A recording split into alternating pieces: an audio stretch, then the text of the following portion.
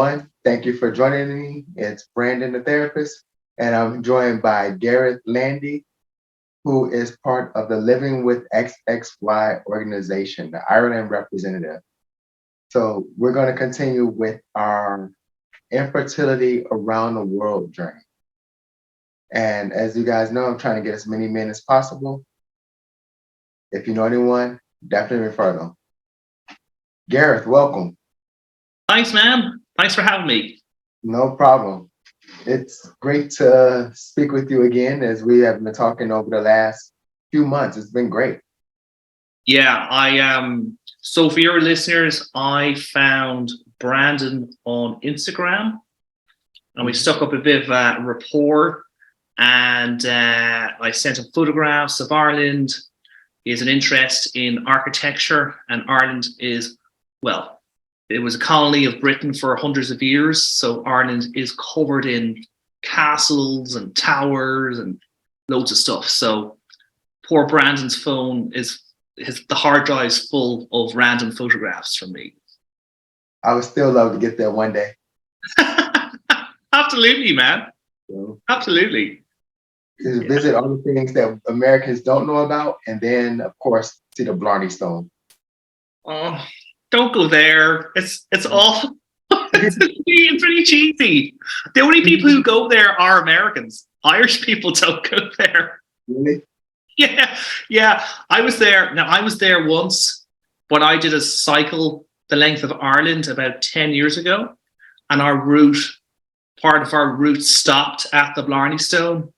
So that's why I saw it. But I didn't go there at a choice. It was just, that's the way the cycle ride went. So, yeah. So, man, I wouldn't recommend that. But if you want to see it, enjoy all the thousands of other Americans see it.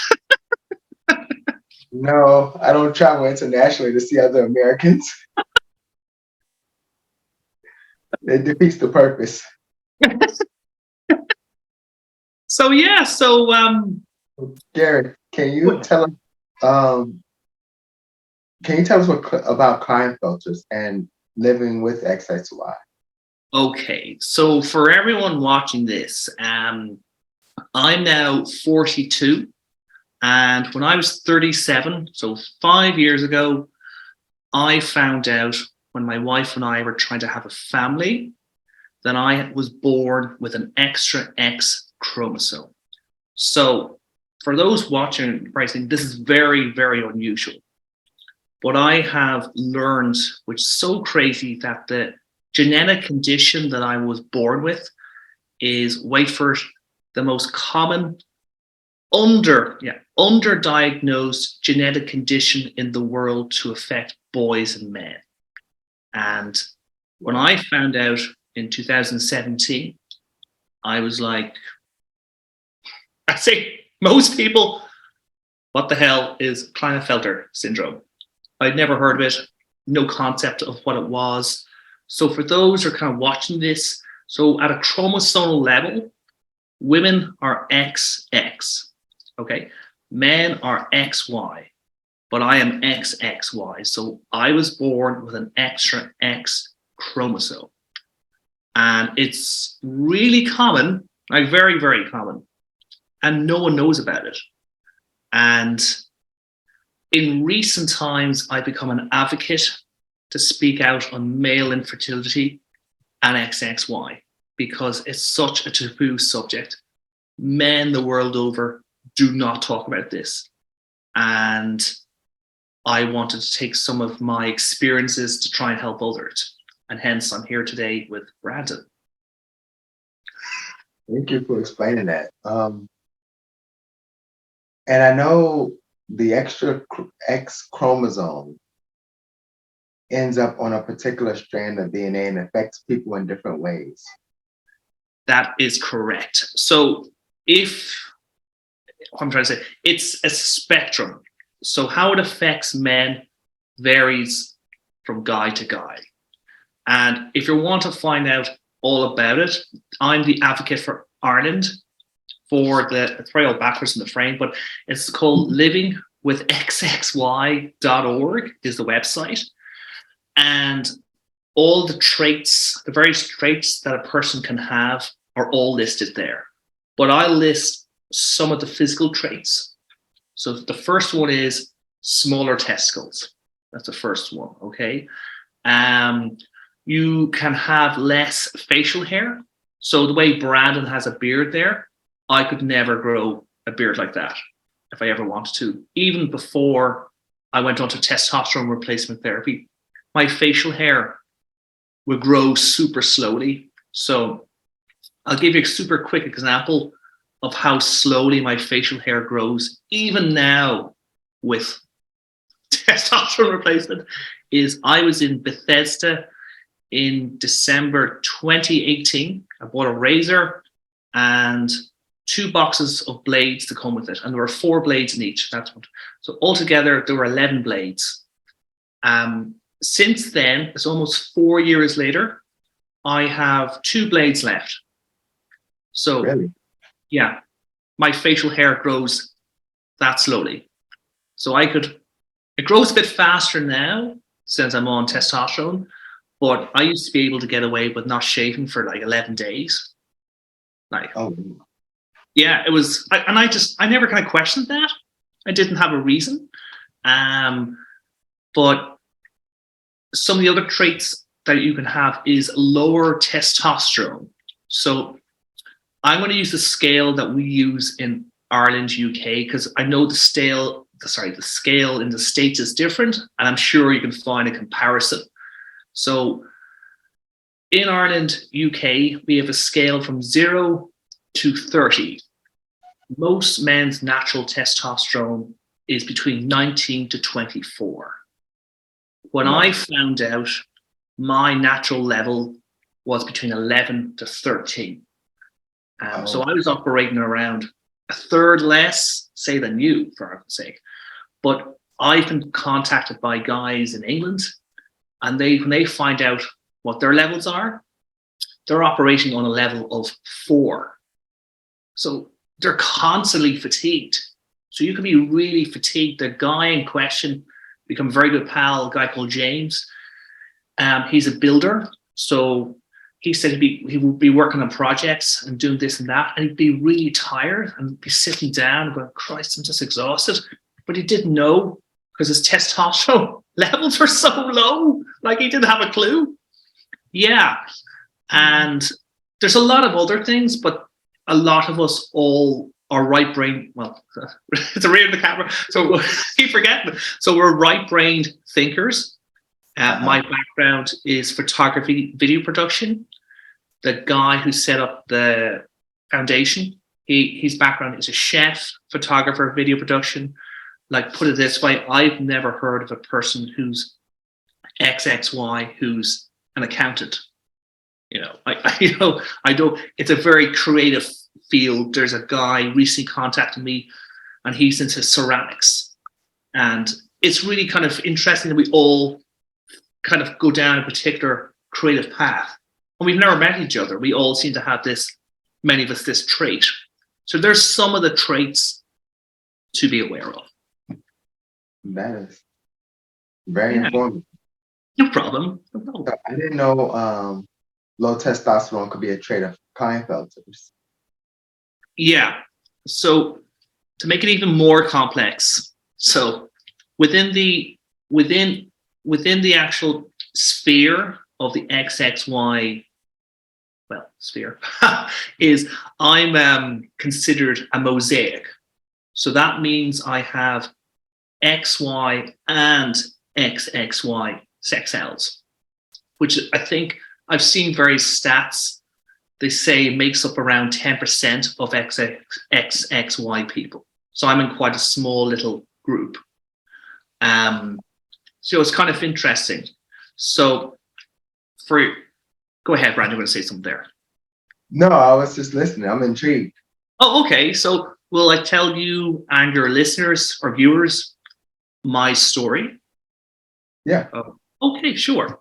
Okay, so my wife and I, Anna is her name. We got married in 2015. Actually, you would have loved our wedding, man. Really cool. We got married in an old grain mill in Ireland. that had never hosted a wedding. And it was great crack. It was brilliant crack. And loads of drinking and all the rest of it anyway. But in 2017, we decided to try and have a family. And Anna has multiple sclerosis, MS. So she had to come off her MS medication for us to have a window for her to try and get pregnant. And we were trying for a while. Now, in the States, I know it's different to how it operates here, but I'll explain it on the way. So I went for a sperm analysis with my GP, which is my general practitioner doctor here. And they sent the sperm analysis to the lab, and the result came back 0 sperm count. And the doctor said to me, you'll find this very interesting. The doctor said to me at the time, said, Gareth, have you ever heard of a thing called Klinefelter syndrome? I went, no. Like, who's that? Like, some dude in Germany? Well, he's in the States.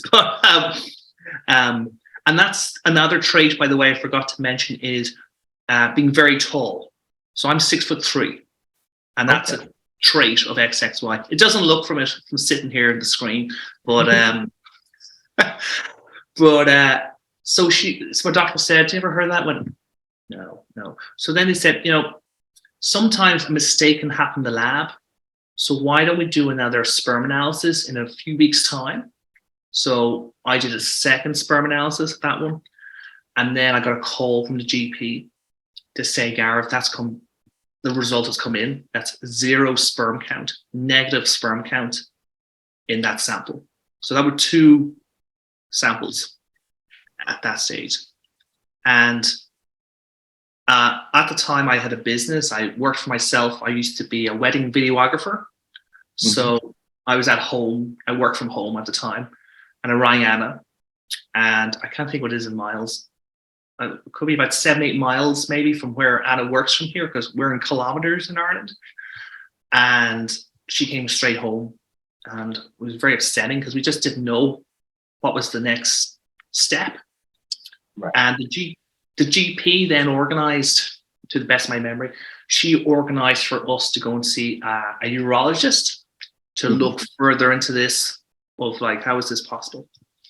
And that was a private consultation.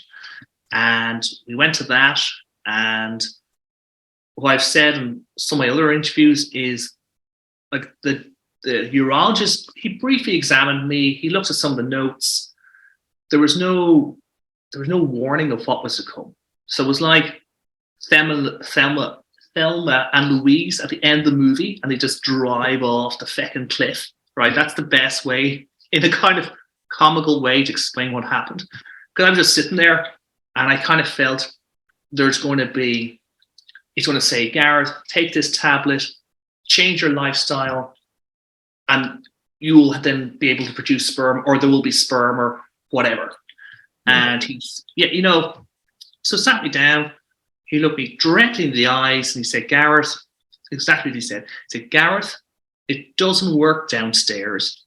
You need to get over that and move on. That is what. Yeah, just like that. Horrible, awful. Wish the bedside manner was better. Yeah, I would give that a 0, -10. Awful. And at that moment, I remember, because I have a bit of a photographic memory, I retreated within myself, and I would describe it as a kind of out-of-body experience. Like, I was in the room, but felt like I was floating above. I can't see. I was floating above my head, looking down. And Anna asked questions, and my thought pattern just kept spiraling, and more thoughts. Like, I was like, he didn't say that to me.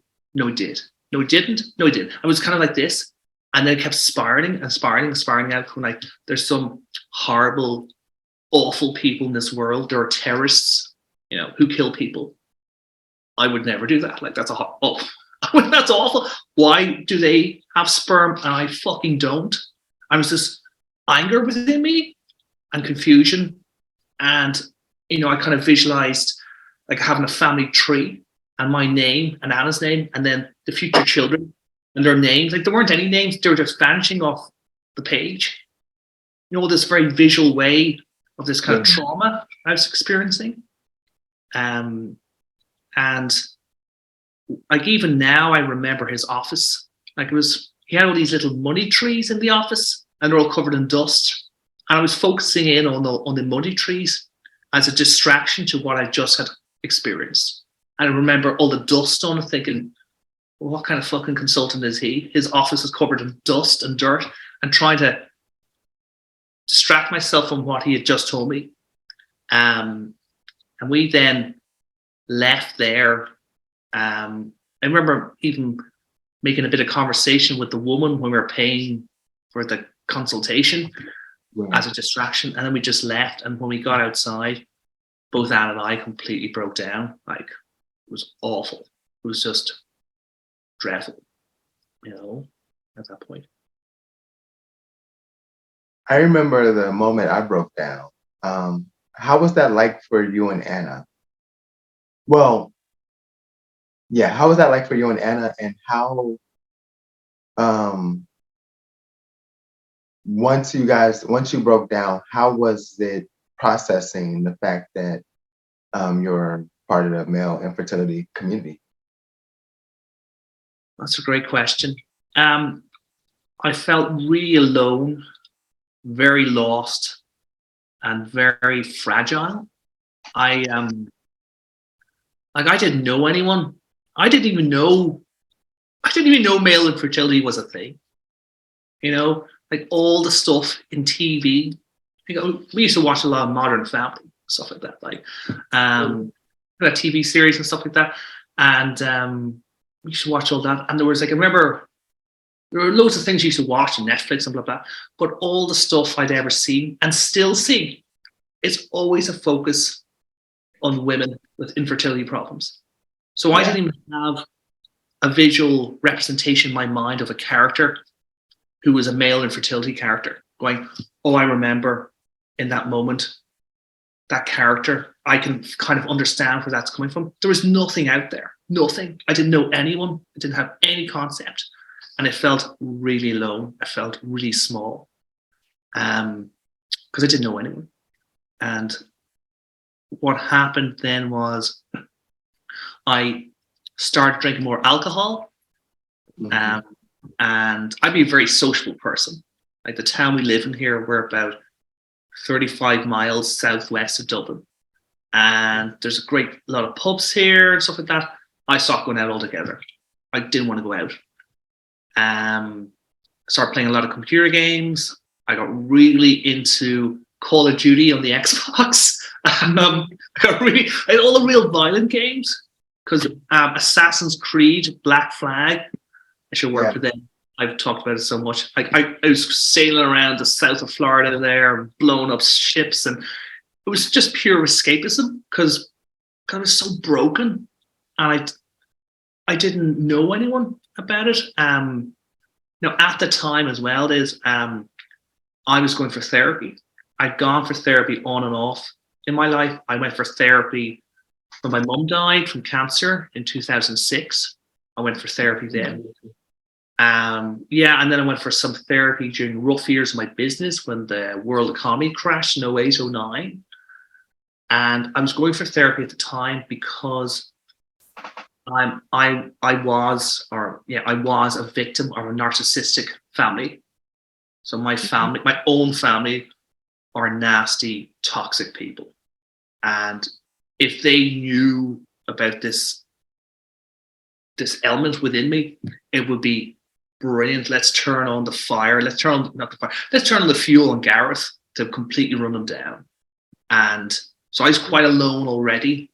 So I then had this pressure on. I put myself to not let them know about this. Because Ireland's quite a small country. Like we have about 5 million people here.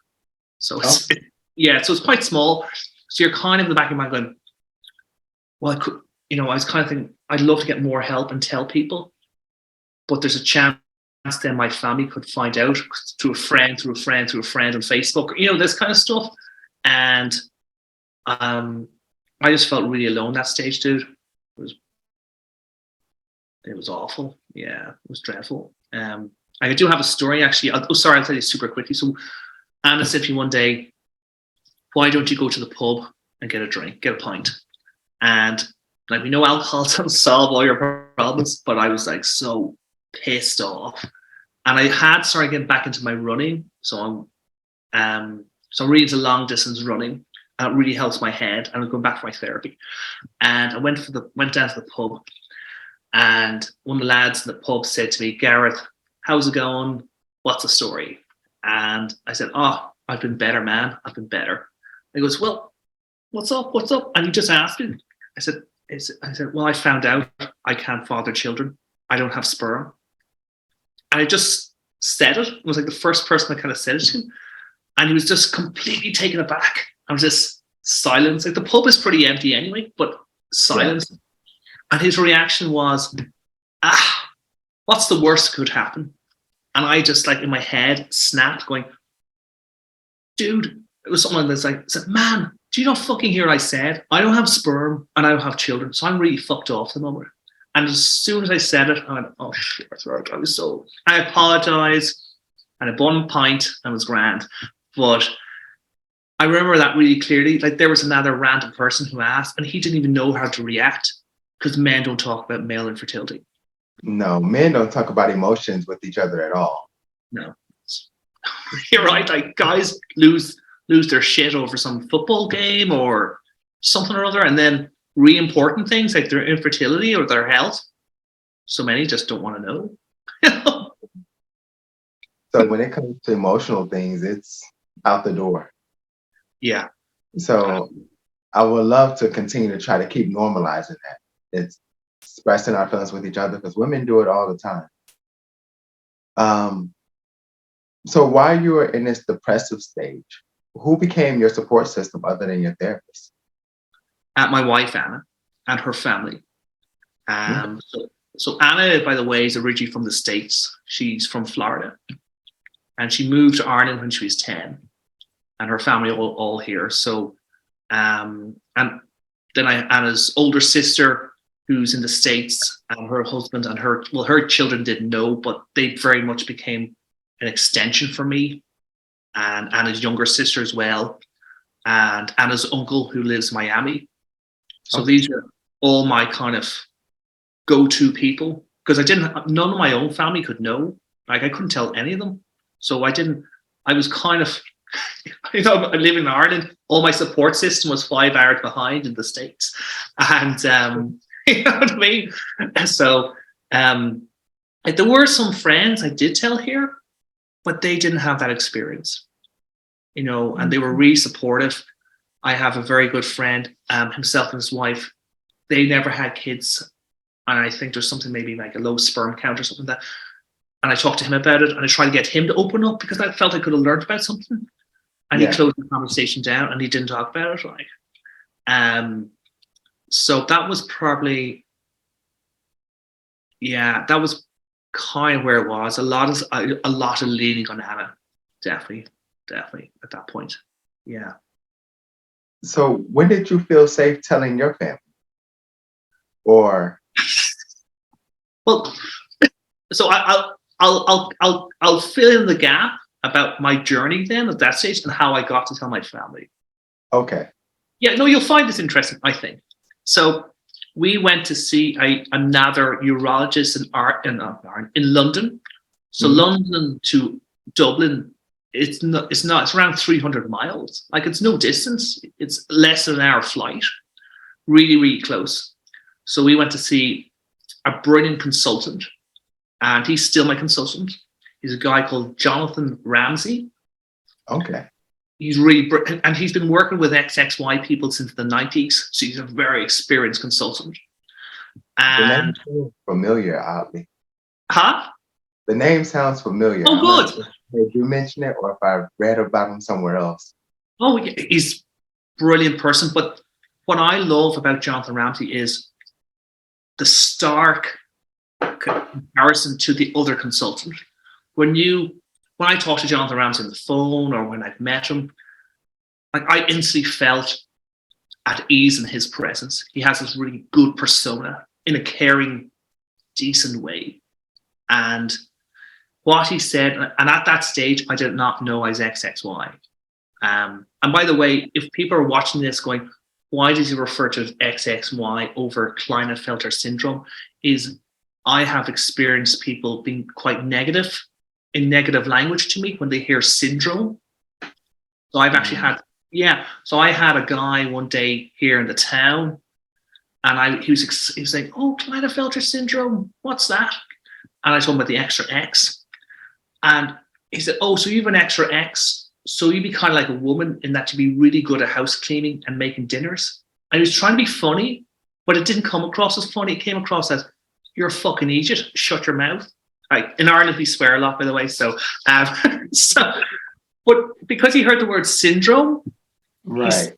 He said, and I've had other people saying, being negative about me, saying other genetic things that are syndrome related, and being really negative about it. And so I always refer to it as XXY, and it gets a conversation going better when they hear it XXY. But we had to see Jonathan Ramsey. And if you're XXY, you are very visual. You're a visual-based person. You're much better in that way, in pictures and stuff like that. So he drew a picture of what my testicles were. And I had an operation, which is called an FNA, which stands for fine needle aspiration. And under anesthetic, they go in with 16 fine needles into each testicle in the testicle sac, trying to find pools of sperm. This was the approach. Now, this is why I think you'll find really interesting. And this is how I found out I was a mosaic. So if you have the ability to produce sperm and you're XXY, it drops off in your mid-20s. And I was 37. So he kind of said, Gareth, we kind of probably know the answer, but sure, let's have a look. Because it wasn't super expensive. It wasn't like $100,000 to get this operation. It was still expensive, but it definitely wasn't that. Yeah. So I went for that operation. I came out of recovery, and he said, he came into the room with Anna and I, and he said, we've got some really exciting news. I remember very clearly. I remember where I was in the room, the light, all this extra detail my brain records. Mm-hmm. And he said, Gareth, we know Gareth is a complete one-off. He's a very unique person, because we have just found in the biopsies that we've taken, Gareth still has the ability to produce the building blocks that builds sperm. You're the very first person I've ever come across in the world who in their mid-late 30s can do that. So most people can't do that. You're the very first person. So I then went on a cocktail of different hormones. I was taking Clomid. It's a drug given to women for breast cancer. Yes, as well as infertility. So I was taking that, and it was hoped that my body would absorb all these hormones, turn it into testosterone, which become the fuel to make sperm. This was the plan. This was the plan. I then had my appendix out in the middle of it from all the stress. Spent 10 days on holiday in a hospital, great fun. And then I had a micro-teasy, which you're probably more familiar with. And that's largely a repeat of the first operation. And that came back that my body's ability to produce sperm had actually diminished. I couldn't do it any longer. And it was at that stage Anna and I switched to IVF. And we did 3 rounds of IVF. And our twins were born in November 2019 in Dublin. And they turned 3, my pronunciation, 3 yesterday. Your birthday. Oh, thanks, man. So that was just kind of fill it in for the people watching this. But why did I become an advocate about this? And when did I tell my family? Yeah. So I did an interview with Ryan. He did a podcast with me, an interview. And probably about 16, 17 months ago. And I just, like, the kids were born. We then had our family. It was in the middle of COVID as well. So we did it across the phone. And I kind of felt I'd gone through a lot of therapy at that stage, and I felt much stronger. Anna and I had decided to break connection with my complete family. Like, it was going nowhere. So we didn't talk to my family. I still don't really talk to them. And I had to for my own well-being. Like, they're just not great people. And the podcast came out, and I sent it to a few people, a few kind of cousins I have, and they heard it, and they were like, fucking hell, that's amazing, Gareth. You speak really well about it, and you get the emotion, your emotion comes through and how you articulate it. And then I kind of felt, I kind of kept this from my dad for so long. I wanted to tell him, but there never seemed to be the right time. So one day I was doing a video call myself and the kids here, and I just told him. And so you already had the children. Yeah, he did. They didn't know that none of my immediate family knew about me being the micro-TZ, the FNA. They knew nothing. They had no idea at all. I told none of my family because of how toxic they are. None. And I said to my dad, Dad, you know what? I never get the right chance because COVID had come, and then I couldn't go and see him and all the rest because he lives about 150 miles from here. So, and like, he couldn't, like, in Ireland at the time, we had quite high restrictions of where you could go. We were very limited to how far you could go. So we couldn't go drive and see him. And I told him, and it was such a weight off my mind, weight off me. It's like, brilliant. And he was just, either he couldn't process that himself because my dad definitely needs therapy himself. Right. And he said, "Oh, very good," and that's about all you expect from him.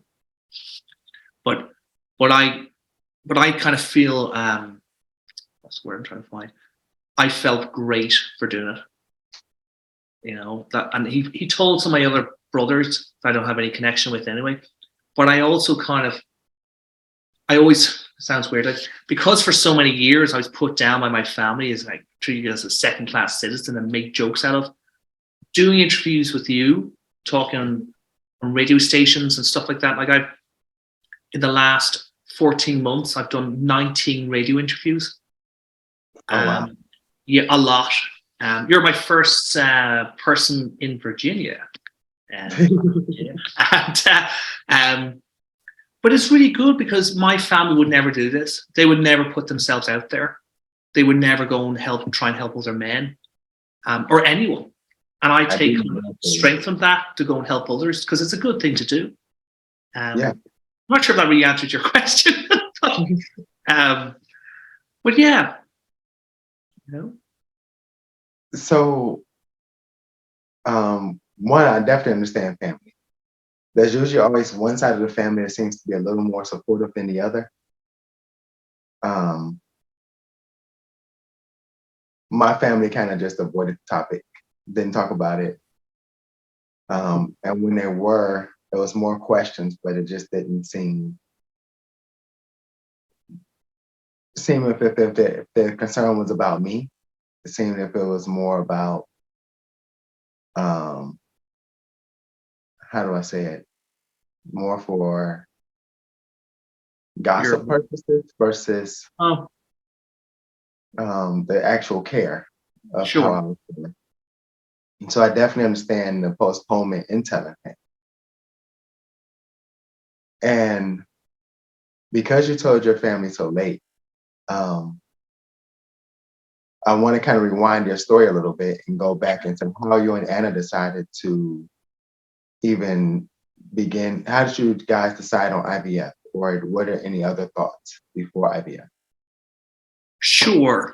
Okay, so how do we get to IVF? So we were going to support groups in Ireland. So the health system you're probably aware of this, but the health system in Ireland and the UK it's very, very different from the US. Like you can go and you can have insurance. I don't actually have any own medical insurance myself. Like our health system, it's not perfect. Like it's not perfect by any stretch of the imagination, but it isn't the way it's geared in the States. It isn't stacked all based on insurance. Like, okay, so a super quick example everyone can relate to this. So we had twins. That's considered a multiple birth pregnancy. It's a higher risk pregnancy. All Anna's appointments with the consultant, everything. Anna was in the hospital for 5 nights, I think it was. It was a cesarean delivery. The whole thing, the cost to us was €100. Really? €100. The state covers it. Wow. Yeah. So, yeah. Yeah. So it's a different model, and that care is provided to all citizens of the country.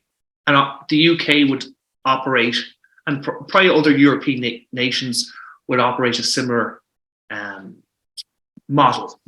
Okay. So it's kind of different. What was the question? I've lost my train of thought. I was just trying to explain stuff there. Lost the question. Sorry, man. How did you and Anna decide to use IVF? Yes. Okay. So we were going to support groups here in Ireland, and it's called the NISIG, the National Infertility Support and Information Group. Quite a long title. Came out before the internet, and we would go to their support groups. And in Ireland, if you want to adopt, it's a real headache. Like they ask you so many questions, like buckets and buckets and buckets and buckets of questions. And Anna's younger sister is adopted. She's adopted from Guatemala. But she raised in Ireland and all the rest of it. And so we were kind of familiar because Anna's parents had done it. So we kind of knew about the amazing positives of adoption. But the adoption model here is so many questions you're asked, like loads of kind of evasive questions, a lot of stuff. Like, you never ask someone who's just having a normal couple who have a normal baby. There could be quite an abusive person in that relationship. Is that part of the home study process, or is it just part of the adoption process? Okay. Yeah. So it was kind of more hurdles than actually support.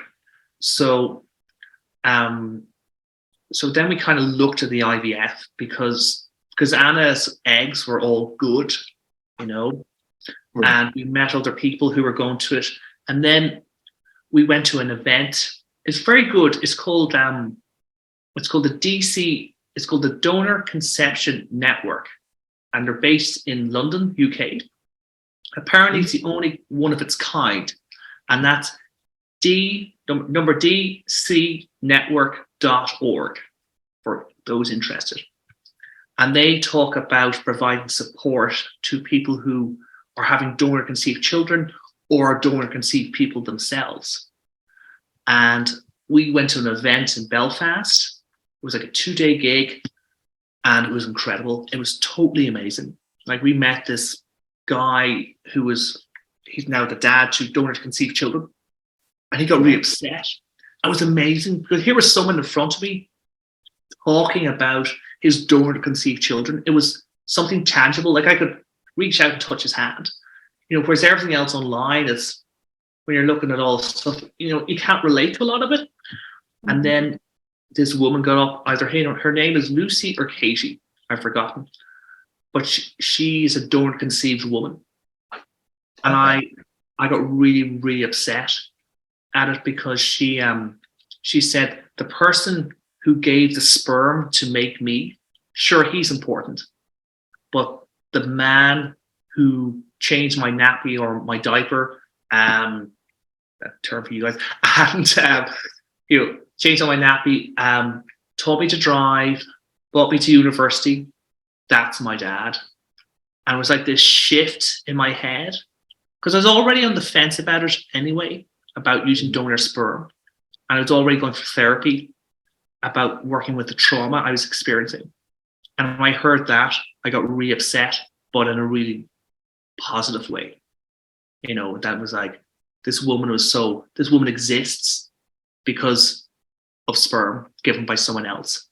And it was incredible. It was amazing. And we left there on a complete high. Like, I was like, if they don't find sperm with me, brilliant with the donor sperm. Like, I'm kind of comical about it now, but this was a real tangible thing for me and Anna.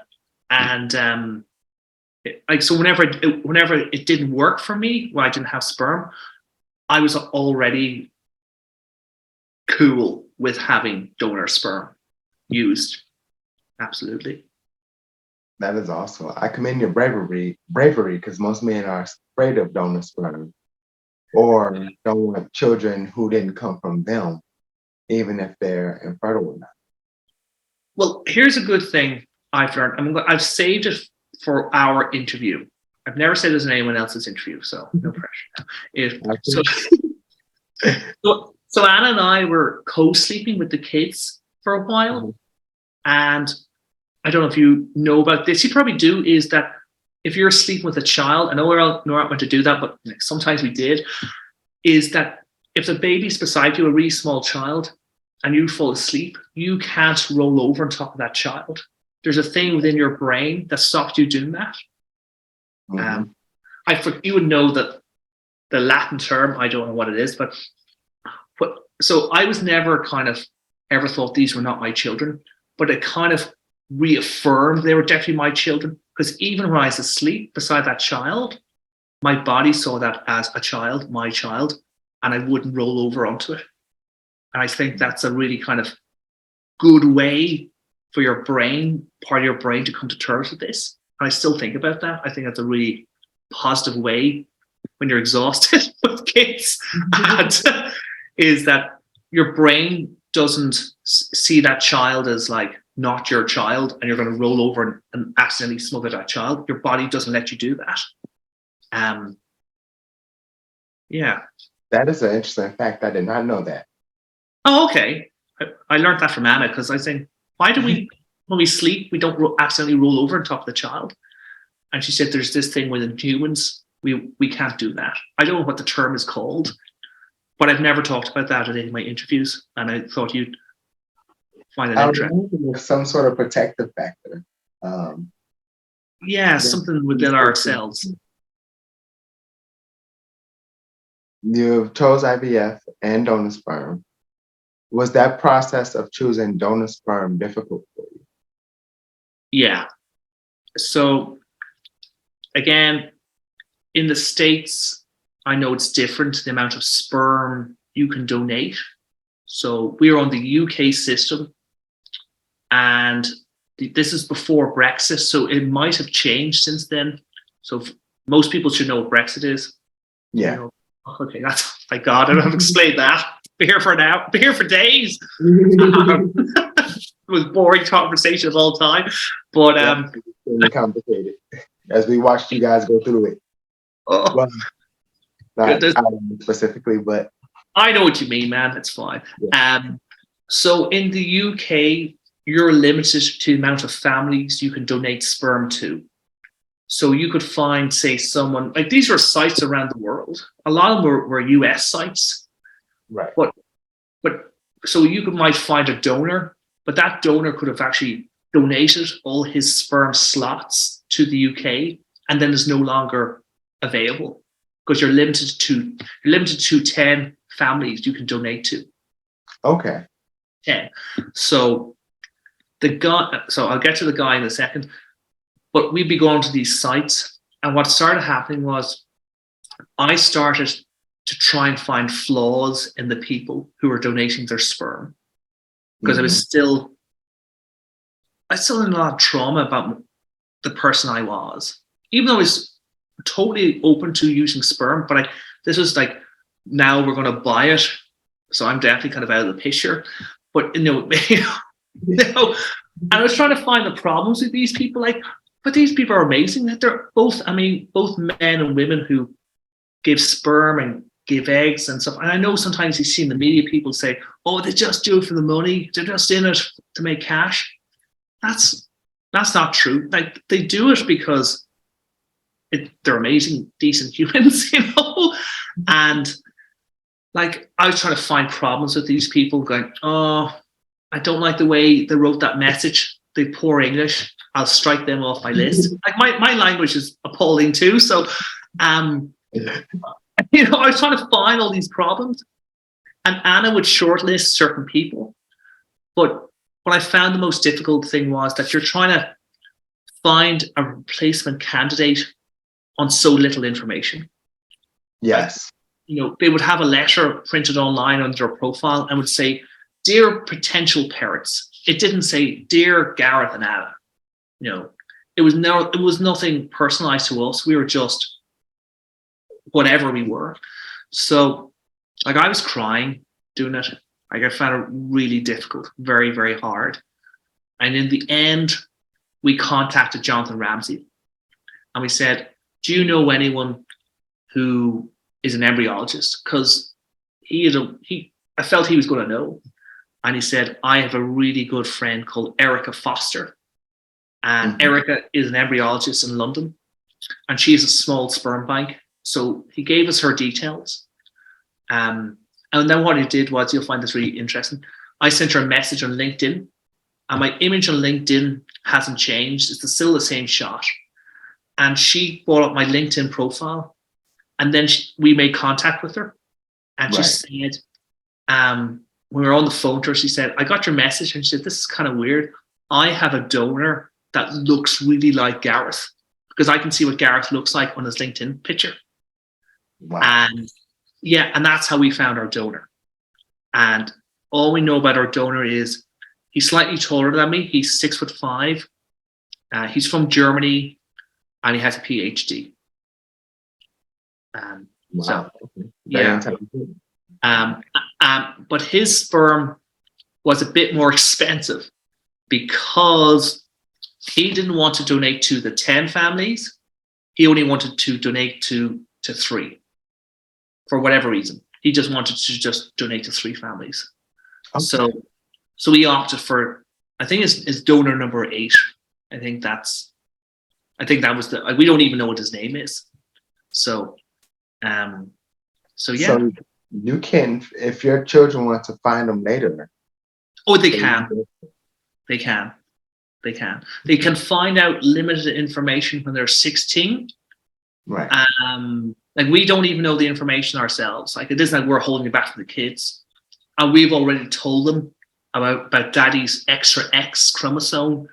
And we were already very open about it with them. And like, to this day, like, I still send photographs and videos of the children to Erica.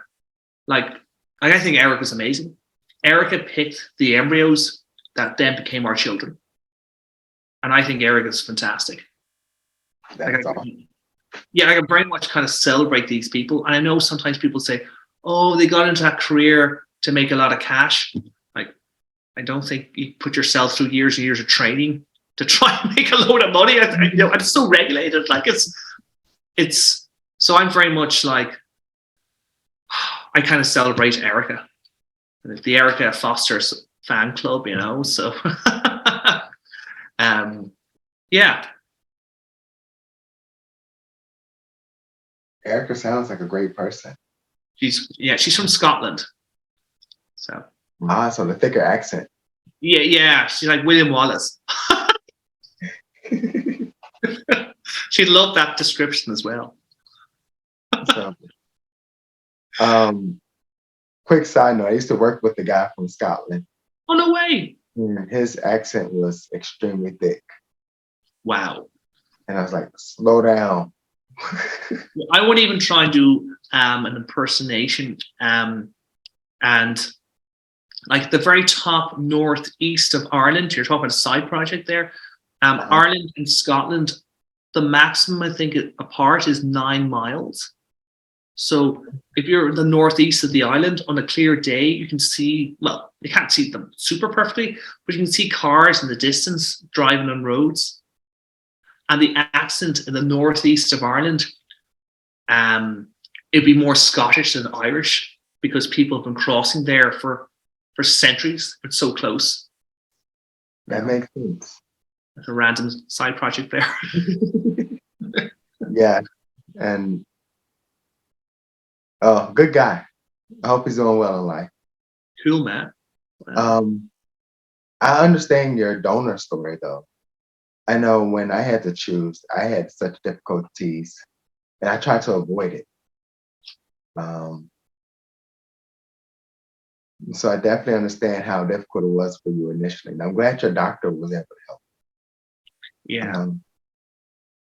He sounds awesome. He's brilliant. He's still my consultant. Yeah, still my consultant. Does that mean there's more children down the pipeline or? No, done.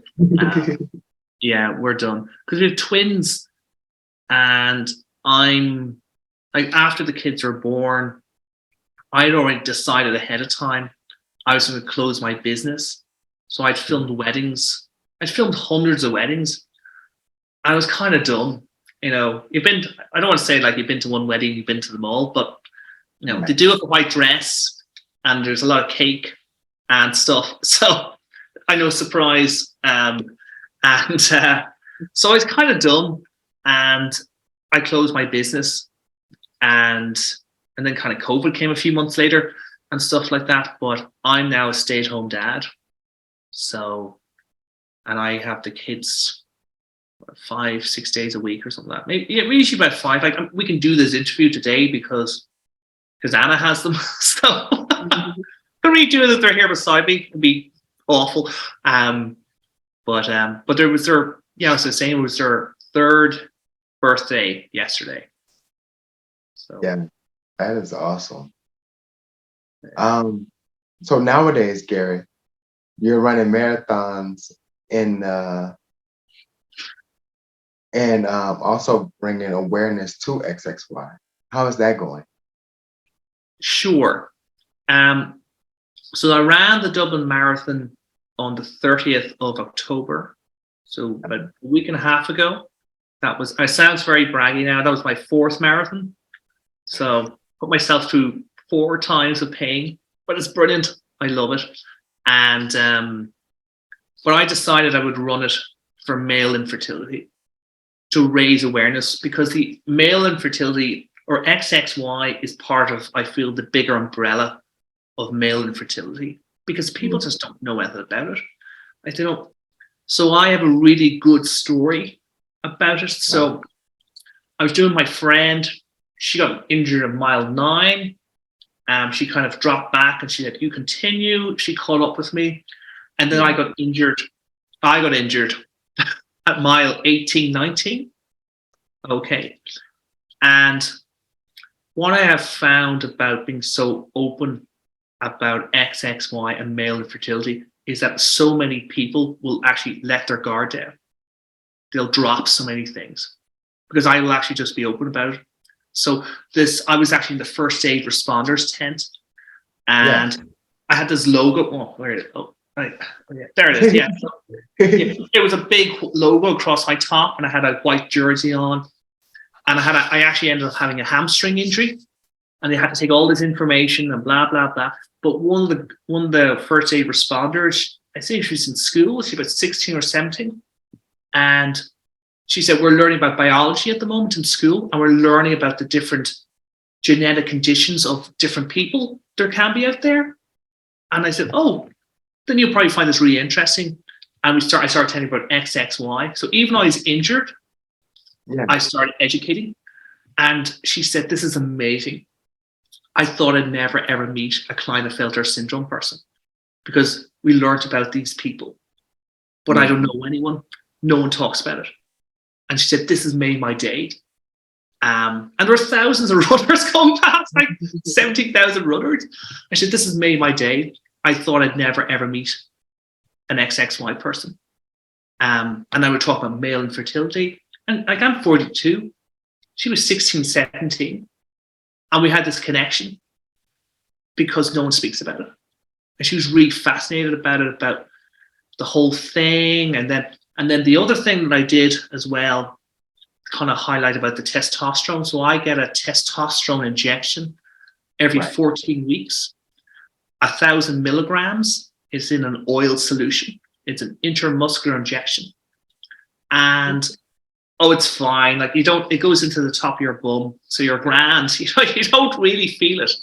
It takes about 30 seconds to inject it. So it can be sore. And through choice, by the way, through choice, I did this. So a marathon is 26.2 miles or 42.4 kilometers, something like that. It's quite a distance. And my next testosterone injection was due 3 days after I did the marathon. So my testosterone levels were quite low, and I still did that distance. And it wasn't the fatigue or tiredness that took me out. It was an injury. And I kind of do these things to push myself, to show other XXY people, look, you could have lower testosterone and you can be tired. But look what I can do. I'm not doing that to put myself up. I'm better than them. I'm trying to be a positive role model about being XXY, and also start to talk about this conversation of male infertility and trying to change the shift in people's minds about it, which I think is really important. I know you have inspired me. When you said that you injured yourself and you were going and you're signed up for another marathon to promote XXY, I was like, hey, I could use organizational walks to support male infertility as well. And so I started looking up some of the 5K, different organizations for 5K walks, and to help bring awareness. I'm not ready for a marathon, Gareth. Oh, you say that. I'll come over now. We'll start training. I'll drag you out. I'm not even a runner. It's amazing, man. It's brilliant. And like, it is brilliant. I did my first marathon. I know I'm kind of jumping backwards in the time frame here, but I do highlight this to people. So I was saying about the Blarney Stone at the start of our conversation. Right. So I cycled the length of Ireland in 2013. It's just under 700 kilometers long from top to end on a road bike. Okay, so it's not like there's no suspension. It's not like an easy ride. And we did it in 6 days. And it's around 424 miles, something like that in miles. And I did that distance not knowing I was XXY. So I did that distance on around a third less testosterone than other men that were doing that event. And then I ran my first marathon in 2016, not knowing as XXY. And that's kind of amazing. My body could do that. But I kind of tell people, you not having sperm, that's just a tiny, tiny amount of you. That isn't really that important. If you can try and change your mind shift about it, there are other options for you to have a family. Like, some people find this difficult to hear. Like, I was saying about the narcissistic element within my family. The children we have now, those children will not get that narcissistic element from me because they're genetically not related to me. And that's another positive thing about these children, about using IVF, donor sperm or donor egg. If you have that element within your family, that people can easily forget, but I use that as a positive. True, as long as you haven't learned it, because you can also transfer learned behavior.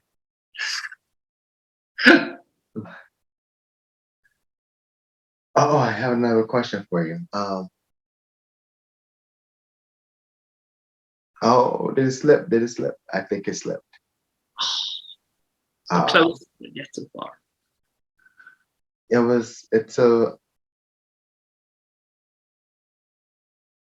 Nah, it's gone.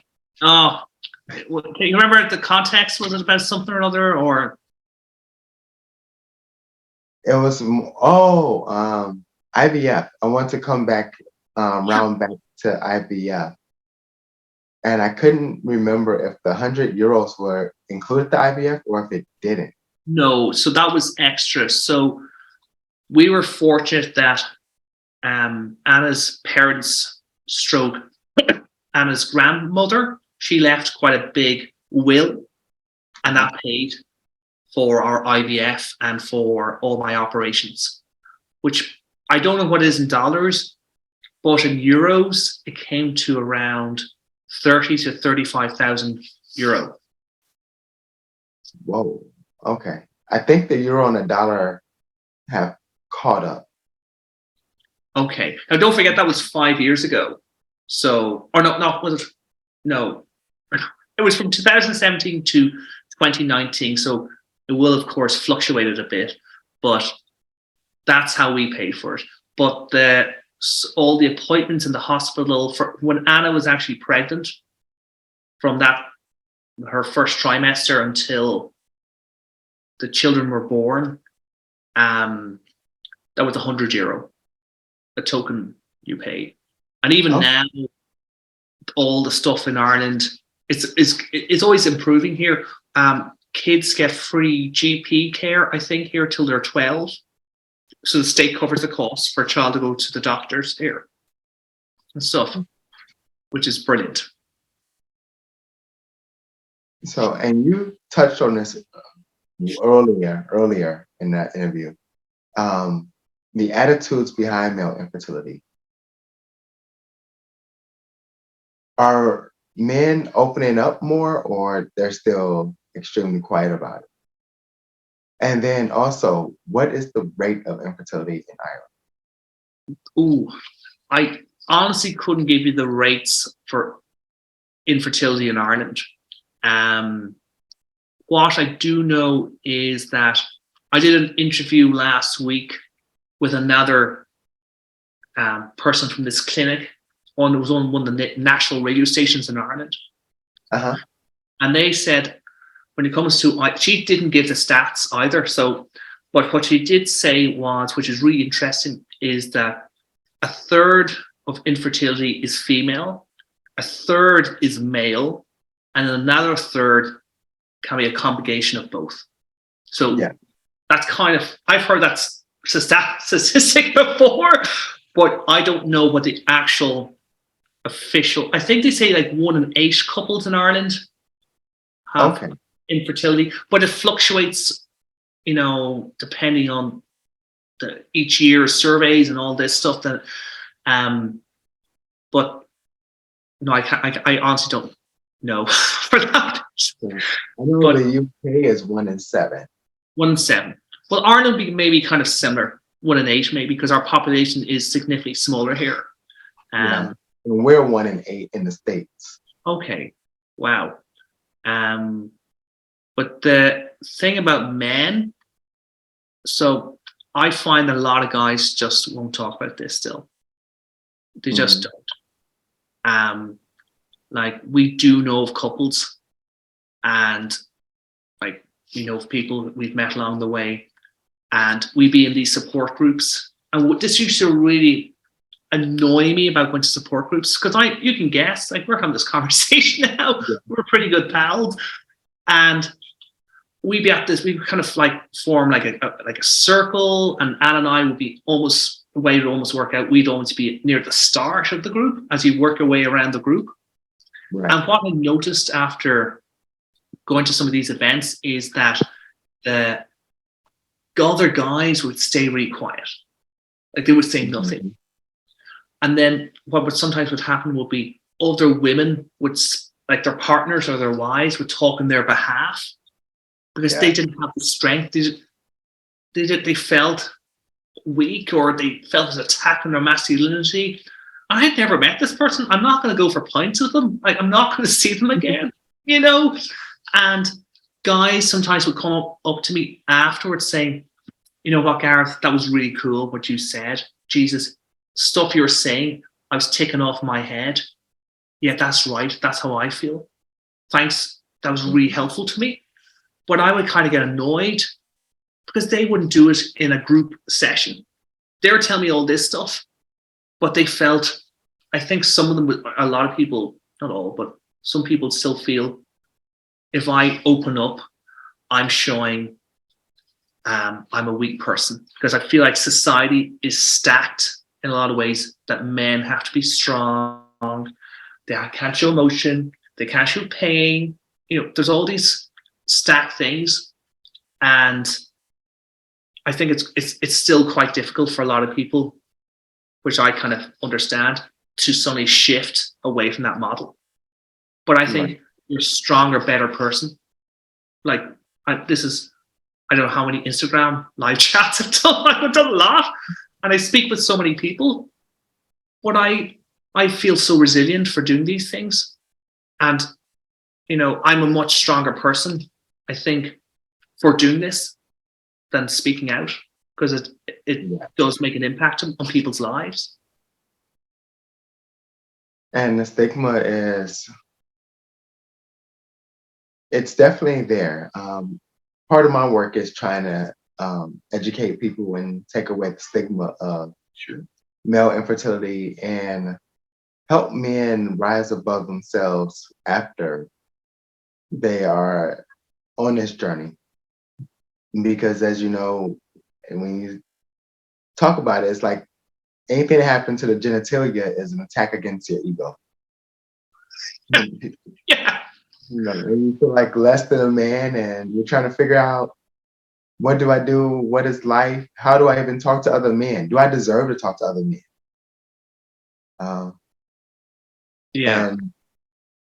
And trying to navigate this newfound world. So I can understand why the men in the support group didn't speak up, but at the same time, if they did speak up, they would get more of the therapy from it. Sure. And knowledge from it. So it's definitely something that we have to normalize, or try to normalize. And I appreciate the work that you're doing out there, Gareth. I think I've talked about this before. Can you imagine what I was saying there when I found out about myself? There aren't any characters you see in TV series like on Amazon Prime or Netflix. There is never a character in it that is a man experiencing infertility. Can you imagine if there was a character in, I can't think of a show. Do you watch, I don't know, some massive show that's really popular, and it doesn't describe really anything, but some massive show. Say, okay, so a really ancient show at 90210, is that still going? Is that still? No. Okay, that's how old I am. I can't even think of the current show.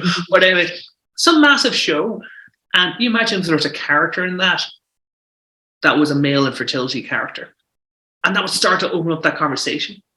Because I kind of feel like people need to be aware of it, but like soap operas and dramas can kind of help to change this society shift that male infertility isn't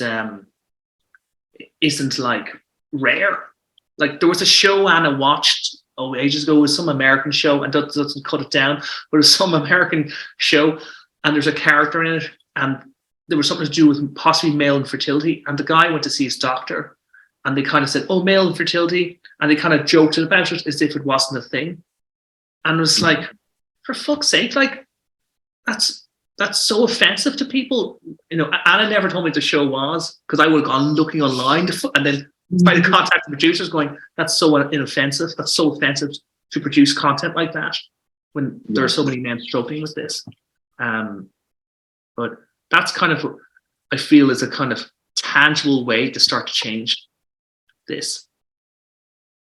It is. I know podcasts have been working as well. I